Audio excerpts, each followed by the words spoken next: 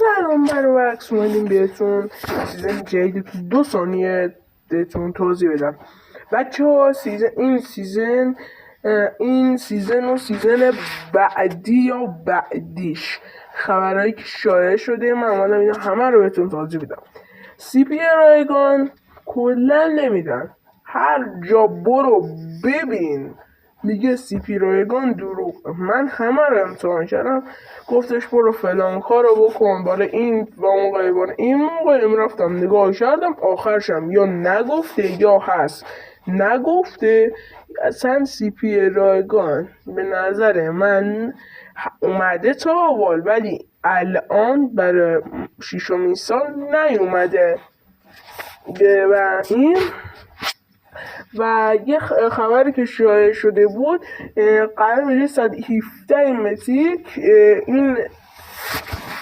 این چیز بیاد، یه دونه اسنایپ دیل متیک خوشگل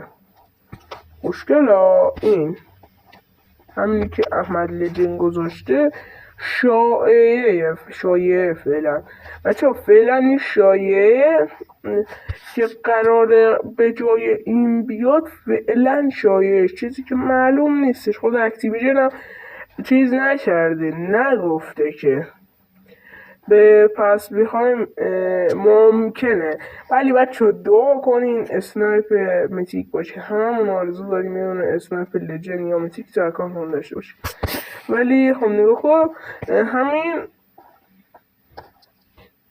همینه این اسنایپ میتیک شایعه.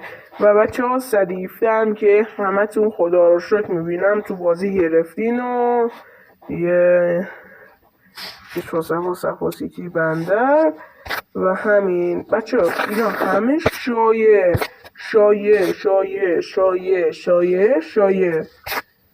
سی پی رایگان نیست همچین چیزی فعلا نیست باشه. من خبر رو براتون میذارم.